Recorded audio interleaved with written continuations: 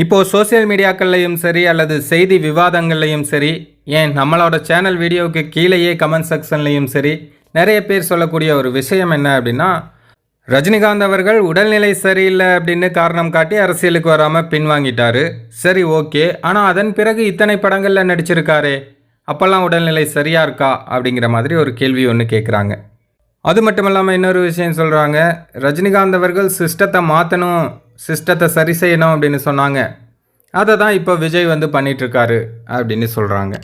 முதல்ல தலைவர் ரஜினிகாந்த் அவர்கள் உடல்நிலை சரியில்லை அப்படின்னு சொல்லி அரசியலுக்கு வரல, அதன் பிறகு சினிமாவில் நடிக்கிறாங்க அப்படின்னா அது அவருடைய விருப்பம் அப்படின்னு நம்ம சிம்பிளாக சொல்லிடலாம். அதை யாருக்கும் கேள்வி கேட்குற உரிமை கிடையாது. இருந்தாலும் அதில் உண்மையும் இருக்குது. ஏன்னா தலைவர் வந்து அரசியலுக்கு வரல அப்படின்னு சொன்னபோது அந்த கொரோனா காலகட்டம், அப்போது வந்து மக்களும் எக்கச்சக்கமாக கூடுவாங்க, ரசிகர்கள் கூடுவாங்க, எல்லாருக்குமே பாதிப்பு ஏற்படும் அப்படிங்கிறத முன்கூட்டியே கணிச்சதுனால தான் தலைவர் வந்து அந்த அறிக்கையிலேயே தெளிவாக சொல்லியிருந்தாங்க, என்னை நம்பி வர்றவங்கள பலிகடா ஆக்க விரும்பலை அப்படின்னு சொல்லி. ஒருவேளை விஜய் மாதிரி நமக்கு வந்து பதவி தான் முக்கியம், யார் செத்தாலும் நமக்கு கவலை இல்லை, எத்தனை பேர் செத்தாலும் நம்ம வந்து முதல்வர் பதவியை ருசிக்கணும் அப்படின்னு நினச்சிருந்தாருன்னா கட்டாயமாக கொரோனா டைம்லேயே அரசியலுக்கு வந்திருப்பார்.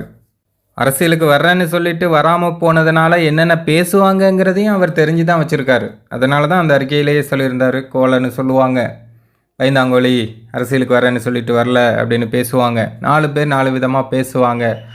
ஆனால் அதற்காக என்னை நம்பி வரவங்கள பலிகடா ஆக்க நான் விரும்பலை, என்ன வேணாலும் பேசிட்டு போட்டோம், அதை பற்றி நான் கவலைப்படலை அப்படின்னு சொல்லி தான் தலைவர் வந்து அந்த அறிக்கையை வெளியிட்டிருந்தாங்க. சரி, அப்படி சொன்னார், ஓகே. அதன் பிறகு ஏன் சினிமாவில் நடிக்க போனார், உடல்நிலை அப்போ மட்டும் சரியாக இருக்கா அப்படின்னு கேட்குறாங்க. இது வந்து எவ்வளோ ஒரு அபத்தமான ஒரு கேள்வி. கொரோனா இப்போ முடியும் அப்போ முடியும்னு யாருக்கும் தெரியாது. கொரோனா அந்த காலகட்டத்தில் பரவலாக பேசப்பட்டது, எல்லாருமே பயந்துருந்தாங்க. இவ்வளோ பெரிய ஒரு லாக்டவுனை இதுக்கு முன்னாடி யாருமே பார்த்ததில்லை. அப்படி இருக்கும் பட்சத்தில் தலைவர் வந்து அந்த முடிவை கைவிடுறாரு. அதுக்கப்புறமா அவருடைய தொழிலை தான் அவர் பண்ணுறாரு, அவர் சினிமாவில் தான் நடிக்கிறாரு, அவர் ஒரு நடிகர் தானே, அதனால் அவருடைய தொழிலை கண்டினியூ பண்ணுறாரு. அதில் என்ன தவறு இருக்குது? அவர் யார்கிட்டையும் போய் கொள்ளையடிக்கலை, இல்லை சண்டை போட்டு காசை வாங்கலை, அவர் படத்தில் நடித்து உழைச்சி தான் சம்பாதிக்கிறாரு. அதில் என்ன பிரச்சனை உங்களுக்கு? இன்னொரு விஷயம், விஜய் வந்து தலைவர் ரஜினிகாந்த் அவர்கள் செய்ய தவறியதை தான் இப்போ அவர் செஞ்சிட்ருக்காரு. அதாவது தலைவர் வந்து சிஸ்டத்தை மாற்றணும் அப்படின்னு சொன்னார் இல்லையா, அதை வந்து விஜய் பண்ணுறாராம். விஜய் அவர்களுடைய செயல்பாடுகள் எதுவுமே சிஸ்டத்தை மாற்றுற மாதிரி இல்லை. இங்கே உள்ள அரசியல் கட்சிகள் எவ்வளவோ பரவாயில்ல அப்படின்னு சொல்கிற அளவுக்கு தான் விஜய் அவர்களுடைய செயல்பாடுகள் இருக்குது. தலைவர் ரஜினிகாந்த் அவர்களுடைய அரசியலையும் விஜய் அவர்களுடைய அரசியலையும் கம்பேர் பண்ணவே முடியாது.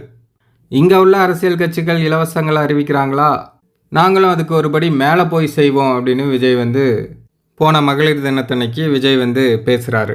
2000 ரூபா அவங்க கொடுக்குறாங்களா, நாங்கள் 2500 கொடுக்குறோம் அப்படின்னு. பெண்களுக்கு நகர பேருந்துகளில் மட்டும் இல்லை, தமிழ்நாடு முழுக்க எங்கே போனாலுமே பேருந்துகளில் இலவசம் தான் அப்படிங்கிறாரு. அது மட்டும் இல்லாமல் 6 சிலிண்டர் வருஷத்துக்கு இலவசமாக கொடுப்போம் அப்படிங்கிறாரு. இது போல் ஏகப்பட்ட இலவசங்களை அள்ளி வீசினார். அதெல்லாம் செய்கிறதுக்கு முதல்ல கஜானாவில் காசு இருக்கா சார்? ஏற்கனவே 10.5 லட்சம் கோடி கடன் இருக்குது சார். இதுதான் சிஸ்டத்தை மாற்றுற முறையா? இவங்க சொன்னதெல்லாம் செஞ்சாலும் கூட தமிழ்நாட்டோட கடன் வந்து இன்னும் 2 மடங்கு 3 மடங்கு ஆயிருமே. இதுதான் சிஸ்டத்தை மாற்றுறதா? யாராவது புத்திசாலித்தனமாக கேள்வி கேட்குறவங்க எங்கே நம்மளை வந்து இதெல்லாம் எப்படி செய்ய முடியும், எப்படி சாத்தியம்னு சொல்லுங்கள், அவங்களாலே செய்ய முடியலையே, நீங்கள் புதுசாக வந்து எப்படி செய்வீங்க அப்படின்னு கேட்டுருவாங்களோன்னு இவர் முன்னாடியே ஒரு விஷயம் சொல்கிறாரு. ரொம்ப புத்திசாலித்தனமாக பேசுகிறதான்னு நினச்சிட்டு முட்டாள்தனமான ஒரு விஷயத்த சொல்கிறாரு. அதாவது இப்போ நடக்கிற ஆட்சியில் வந்து எந்த ஒரு திட்டங்கள் கொண்டு வந்தாலும், ஒரு ரோடு போடுறதா இருக்கட்டும், ஒரு பாலம் கட்டுறதா இருக்கட்டும், ஒரு தண்ணி டேங்க் கட்டுறதா இருக்கட்டும், இந்த மாதிரி எந்த ஒரு விஷயம் பண்ணாலும் அதில் வந்து ஒரு 30% வந்து ஸ்டாலின் சார் டேக்ஸாம். திமுகவினர் வந்து அந்த 30% அவங்க சுரண்டிடுறாங்க. நான் வந்தேன்னா அப்படி சுரண்டாமல் அந்த 30% வச்சு மக்களுக்கு நான் சொன்ன இந்த திட்டங்கள் எல்லாத்தையும் செய்வேன் அப்படின்னு விஜய் சொல்கிறாரு. இது விஜயா யோசிச்சாரா அல்லது யாராவது எழுதி கொடுத்தாங்களான்னு தெரியல. எப்படி ஒரு முட்டாள்தனமான விஷயமா இருக்குன்னு பாருங்கள். இப்போது ஒரு ரோடு போடுறாங்க, அதில் ஒரு 30% ஆளுங்கட்சியினர் எடுத்துக்கிறாங்கன்னே வச்சுக்குவோம். இப்போது 1 கோடி ரூபாய்க்கு ரோடு போடுறாங்கன்னா ஒரு 30 லட்சம் ரூபாயை ஆளுங்கட்சியினர் எடுத்துக்கிறாங்கன்னா அந்த ரோடு தரமாக இருக்குமா? அதே போல தான் ஒரு பாலம் கட்டுறாங்க, அதுலேயும் 30% அவங்க எடுத்துக்கிறாங்க. அப்போ அந்த பாலம் தரமாக இருக்குமா? அப்போ தான் பாலம் கட்டினாங்க, 2 மாதம் தான் ஆச்சு, 4 மாதம் தான் ஆச்சு, அதுக்குள்ளே இடிஞ்சு விழுந்துருச்சு அப்படின்னு பேப்பர்களில் படிக்கிறோம், செய்திகள்லாம் போடுறாங்க. அப்போ என்ன பண்ணணும்?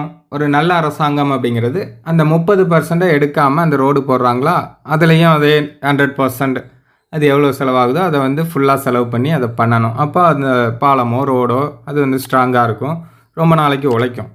அதை எடுத்துகிட்டு மக்களுக்கு இலவசங்களை கொடுப்பேன் அப்படின்னு சொன்னார்னா, அதே தரமற்ற ரோடும் அதே தரமற்ற பாலமும் தானே அங்கே இருக்க போகுது. இவர் என்னத்தை அந்த 30% வாங்கி இங்கே மக்களுக்கு நல்லது செய்கிறேன் அப்படிங்கிற பேரில் ஸ்டிக்கர் ஒட்டுறதா? இதுதான் சிஸ்டத்தை மாற்றுறதா? முதல்ல கொஞ்ச நாள் இலவசங்களுக்கெல்லாம் எதிரானவங்க மாதிரி தான் விஜய் கட்சியினர் வந்து காட்டிக்கிட்டாங்க. ஓசி பஸ்ஸு வேண்டாம், 1000 ரூபா வேண்டாம் அப்படின்னு மேடைகள்லாம் பேசிகிட்டு இருந்தாங்க விஜய் கட்சிக்காரங்க. ஆனால் இப்போ இருக்கிற அரசியல் கட்சிகள் போட்டி போட்டு அறிவிக்கிறத பார்த்து நம்ம சும்மா இருந்தோம்னா நம்மளுக்கு ஓட்டு கிடைக்காது, நம்ம பதவிக்கு வர முடியாது, முதலமைச்சர் ஆக முடியாது அப்படின்னு நினச்ச விஜய் தான் இப்போ வந்து இலவசங்களை அள்ளி வீசுகிறார். இதில் இருந்தே தெரிஞ்சுக்கலாம் விஜய்க்கு பதவி வெறி எந்த அளவுக்கு இருக்குது அப்படிங்கிறது. அதனால் விஜய் அவர்களுடைய அரசியலையும் தலைவர் ரஜினிகாந்த் அவர்களுடைய அரசியலையும் ஒப்பிடவே முடியாது. தலைவர் வந்து அரசியலுக்கு வந்து மக்களுக்கு ஏதாவது நல்லது செய்யலாம் அப்படின்னு பார்த்தாங்க, பட் கால சூழ்நிலை ஒத்துழைக்கலை, அவர் வந்து அரசியலை விட்டு விலகிட்டார். இதுதான் உண்மையான ஒரு மனிதரோட ஒரு நோக்கமாக இருக்கும். சரி, நம்ம ஒரு முயற்சி எடுத்து பார்த்தோம், கால சூழ்நிலை வந்து அதுக்கு ஒத்துழைப்பு கொடுக்கல, சரி நம்ம விட்டுடலாம் அப்படிங்கிறது தான் ஒரு நார்மலான மனநிலை. நார்மலான மனுஷன் வந்து அதை தான் யோசிப்பாங்க. எப்படியாவது நான் பதவிக்கு வரணும் அப்படின்னு நினச்சிருந்தாவன்னா அவர் வந்து கட்டாயமாக வந்திருப்பார். இப்போது சிம்பிளாக இன்னொரு விஷயம் சொல்லணுன்னா, ஓட்டுக்கு வந்து பணம் கொடுக்குறாங்க. ஓட்டுக்கு பணம் கொடுக்குறாங்கன்னு எல்லாருக்கும் தெரியும்ல. அப்படி பணம் கொடுக்குறவங்க, நாங்கள் வந்து பணம் கொடுத்தாவது மக்களுக்கு வந்து பணம் கொடுத்தாவது ஜெயிச்சு நல்லது பண்ணணும் அப்படின்னா வருவாங்க. நல்லா யோசனை பண்ணி பாருங்கள். அப்படிப்பட்ட நல்லவங்க இருக்காங்களா என்ன? மக்களுக்கு நம்ம பணம் கொடுத்து அதன் மூலமாக ஜெயிச்சு வந்து மக்களுக்கு மீண்டும் செய்கிறதுக்காக அவங்க வந்து அவ்வளோ பணம் கொடுக்குறாங்க, கோடி கோடியாக இறைக்கிறாங்க, பரிசு பொருட்கள்லாம் கொடுக்குறாங்க. அதெல்லாம் கிடையாது. அவங்க வந்தால் அவங்களுக்கு உண்டான என்ன வேணுமோ அதை எடுத்துக்குவாங்க. அரசியலே அப்படி தான் மாறி போயிடுச்சு. இவங்க கொஞ்சம் கம்மியாக தப்பு பண்ணுறாங்களா, இல்லை இவங்க கொஞ்சம் கம்மியாக தப்பு பண்ணுறாங்களா, அப்படி பார்த்து தான் அரசியலில் வந்து இப்போது ஓட்டு போட வேண்டியது இருக்குது. இவங்க நல்லவங்க, இவங்க காசை சுரண்ட மாட்டாங்க அப்படின்னு நினச்சிலாம் யாரும் ஓட்டு போடுறது கிடையாது. எல்லாருக்குமே தெரியுது, மக்களுக்கும் தெரியுது. அதனால் இப்போ விஜயை இவங்க கூட கம்பேர் பண்ணும்போது, அதாவது இன்றைய அரசியல்வாதிகளுடன் விஜயை கம்பேர் பண்ணும்போது நம்ம பார்வைக்கு எப்படி தெரியுதுன்னா, விஜய்க்கு இப்போ உள்ள அரசியல்வாதிகள் எவ்வளவோ பரவாயில்ல அப்படிங்கிற மாதிரி தான் நமக்கு தெரியுது. அது வந்து எந்த கட்சியாக வேணாலும் இருக்கட்டும், எல்லா கட்சியையும் விட விஜய் வந்து பின்தங்கி தான் இருக்கார். அது வந்து அவருடைய செயல்பாடுகளில் இருந்தே தெரியுது. மக்களை சந்திக்கிறதுலேருந்து, கரூரில் அத்தனை பேர் இறந்தாங்கனாலும் அவங்கள வந்து போய் பார்க்காம பத்திரிகையாளர்கள் கேள்வி கேட்கும்போது கூட தெரிச்சு ஓடுறதா இருக்கட்டும், அல்லது அவருடைய இந்த இலவசங்கள் கொடுக்குற செயல்பாடுகளாக இருக்கட்டும், இப்படி நிறைய விஷயங்கள் சொல்லிகிட்டே போகலாம். மொத்தத்தில் விஜய் வந்து சிஸ்டத்தை மாற்றுறதுக்கெலாம் வரல, அவர் வந்து பதவி வெறிக்காக தான் அரசியலுக்கே வந்திருக்காரு. அவருக்கு முதல்வர் ஆகணும் அப்படிங்கிறது தான் வெறி. தலைவரின் அரசியல் கூடலாம் அவரை கம்பேர் பண்ணாதீங்க, அதுதான் நம்ம சொல்கிறோம்.